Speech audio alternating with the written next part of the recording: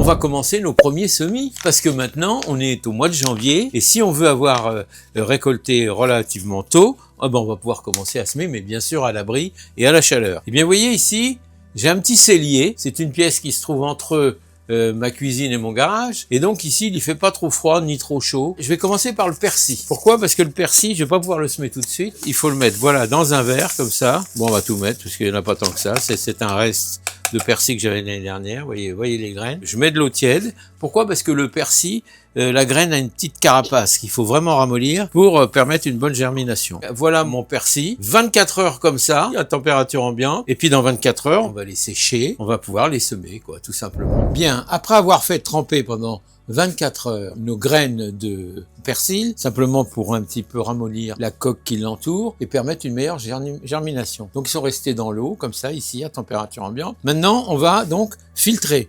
Donc pour filtrer, on prend une passoire, on fait comme ça, on va essayer de tout filtrer. Une fois que ça sera passé à travers le filtre, on va prendre un essuie-tout comme ça et on va essayer de les sécher un petit peu. Et puis on va les mettre comme ça. Donc comme ça, on va les étaler, comme ça, vous pouvez voir, pour faire en sorte qu'elles se réessuient bien. Alors on les a trempées, on les a un peu ramollies. On en a un peu qui reste dans le verre parce qu'on n'a pas réussi à tout avoir, c'est pas grave, on va les faire descendre elles aussi. Une fois que tout sera descendu, il n'y aura pas de souci. Donc on fait ça, et donc on va les sécher un petit peu, pas longtemps parce que dans le sopalin ça va sécher vite, hein. Surtout si on en met une deuxième couche par-dessus pour un petit peu assécher tout ça.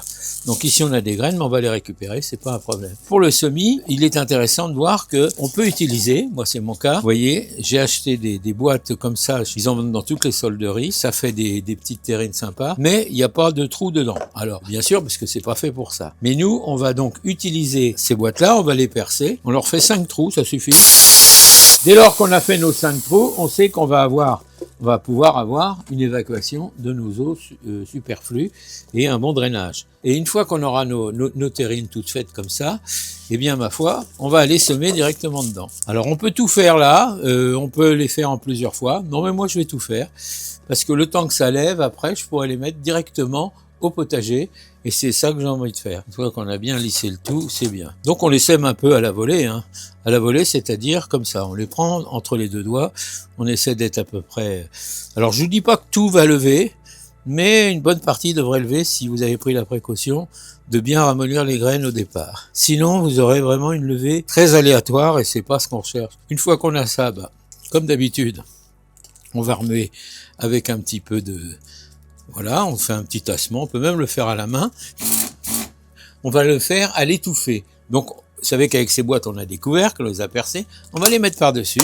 Et là, on est parfaitement à l'étouffer. Dès que vous verrez que la germination a démarré, on retirera le couvercle et on les laissera se développer tranquillement. Ce qui est important quand on fait des semis comme ça en intérieur, c'est de les mettre le plus proche possible de la lumière. Alors, pas pendant la période de germination, hein. Ils peuvent être tout à fait dans le noir quand vous allez les semer et en attendant qu'il ait. Mais dès que vous voyez les germes, la lumière tout de suite, le plus proche possible de la lumière naturelle. Alors après, on peut utiliser aussi des LED et des lumières artificielles. Bon, ici, moi, j'ai une fenêtre. Je vais me mettre le plus proche possible de cette fenêtre. Dans ce bac, je vais y semer directement mes laitues. Comme ça, à la volée. Elles seront peut-être un peu serrées, on verra. Je pense que ça ira quand même. Et puis, s'il y en a trop, on en retirera. Mais on va déjà faire tout un parcours comme ça, et puis après on verra si là il y en a un peu beaucoup, hop, il n'est pas trop tard pour les répandre un peu. Donc ça c'est de la laitue. Alors c'est une laitue, vous voyez, c'est de la rouge grenobloise. Pourquoi cette variété? Parce que cette variété justement a un gros avantage, c'est qu'elle résiste très bien au froid et à la chaleur. Je dis pas que tout va lever, on verra bien, mais j'en aurai largement assez pour moi et pour mes voisins, bien sûr. Voilà, je vais garder ça pour la prochaine fois. Et après, on ira progressivement pour les repiquer. Alors, une fois qu'elles vont être semées comme ça, va falloir recouvrir un peu la graine quand même. C'est important de recouvrir la graine parce que ça va permettre la germination. On met pas trop de terre, vous voyez. J'essaie de vous montrer. On fait, voilà, vraiment un truc simple. L'épaisseur à remettre dessus, c'est assez léger. On dit que c'est en gros, c'est l'épaisseur de la graine. Donc, vous voyez, comme la graine est très fine, j'ai pas besoin de tasser comme un malade, mais j'ai besoin quand même que la graine tiennent bien, épousent bien le sol. Donc j'ai utilisé un terreau, vous voyez, c'est un terreau qui me restait, bon, un semi-bouture ou même un terreau horticole, ça peut faire l'affaire. Faut pas qu'il soit trop riche en engrais évidemment, mais un terreau semi-bouture, c'est parfait, on n'a pas d'herbe. Vous voyez, donc je vais pas arroser comme un malade, je vais juste humidifier un petit peu la terre pour que la graine justement prenne sa place dans le sol. Vous voyez, avec un petit pulvé comme ça marche. Hein. Il n'y a pas besoin de sortir les grandes eaux de Versailles pour arroser. C'est pas la peine du tout. Il vaut mieux le faire régulièrement plus souvent plutôt que détremper. Ne détrempons pas la terre. Là, je crois que j'en ai mis suffisamment. Le terreau était quand même humide au moment où j'ai semé. Donc là, je suis plutôt bien. J'ai un tapis chauffant qui va me réguler ma température et j'ai un couvercle. Vous connaissez cet appareil, on a tous. Donc voilà. Ici, je pourrais faire réguler l'entrée d'air, sans problème. Pour l'instant, on fait à l'étouffée. Il n'y a pas besoin d'ouvrir les vannes, c'est pas la peine. Par contre, on a un thermostat ici. Et le thermostat, il nous permet de réguler la température du sol. Donc avec une petite chaleur de fond régulière, pas trop, parce que ça va se dessécher aussi, mais on met un truc à peu près intermédiaire qui sera un bon complément de chaleur pour le sol. Et là, on va attendre que ça lève et on reviendra dessus pour en reparler. Ça concerne les laitues. Donc, pour être sûr de ne pas se tromper, mes petites étiquettes laitues, ça nous évitera de les confondre avec les topinambours, par exemple. On a déjà des résultats puisque la germination est en cours. Donc, j'ai rehaussé un petit peu ma terrine pour la mettre le plus près possible de la fenêtre, parce que maintenant que ça germe, ça va avoir besoin de lumière, un maximum de lumière. Ça peut en effet chercher la lumière, alors pensez à retourner la terrine si vous sentez que ça va trop vers la lumière. En la retournant, ça va redresser les plants. Bon voilà, il faut veiller à ce que ça manque pas d'eau. À nous, les grandes salades d'été. Qu'est-ce qu'on peut encore semer maintenant et qu'on n'aurait pas semé? C'est les fèves. Les fèves, certains les ont semés en automne, d'autres vont les semer au printemps. Mais là, on a du terreau, on a de la graine, on a des godets. Alors on les sème en godet. Voilà, on va les semer en godet. C'est assez simple. On fait un godet comme ça. Voyez. Alors vous avez dû comprendre que j'avais fait une table ici pour essayer d'être voilà. J'ai mis un film à bulle réflecteur en dessous. Ça, c'est pour renvoyer un petit peu la chaleur, pour être dans un univers, parce qu'ici, on n'a pas non plus des chaleurs exceptionnelles. Donc voilà, mais c'est quand même déjà pas mal. Nos petits godets, et après, on va mettre des graines dedans. Si on veut être tranquille, on va en mettre 3 par godet. Comme ça, on est sûr d'avoir quand même quelque chose de cohérent. 3 trucs.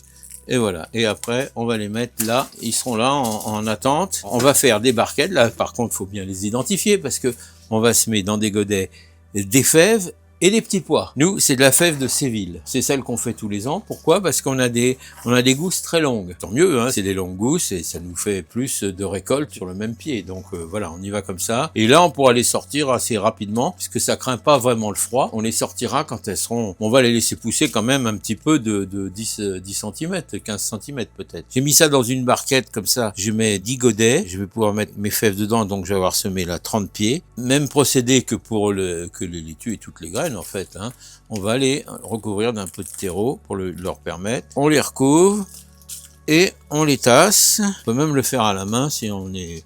Voilà, parce que là c'est plus grossier, donc il n'y a pas de souci. Voilà, alors donc nos fèves sont donc en place dans leur godet. Un petit coup de pulvérisateur juste pour les humidifier pour démarrer. Mais on passera vite à l'arrosoir après. Pour l'instant, c'est bien comme ça. Maintenant, on va passer aux petits pois. Alors les petits pois, c'est pareil, ça résiste assez bien au gel. On les a pas plantés à l'automne, donc on va les mettre là, mais on va prendre un petit peu d'avance en les faisant en godet, comme on a fait pour les fèves. Donc vous voyez, c'est d'une race petit provençal. Donc c'est une race qui est quand même bien connue. C'est du nain, j'insiste, parce que si vous optez pour des haricots à rame, alors là, il faudra y mettre des tuteurs pour leur permettre ou du grillage pour leur permettre de se développer dessus. Ça, c'est du pois nain, facile à mettre en œuvre. Voyez la graine, Donc, c'est des toutes petites billes, mais enfin, elles sont quand même assez visibles, Donc, on va les prendre.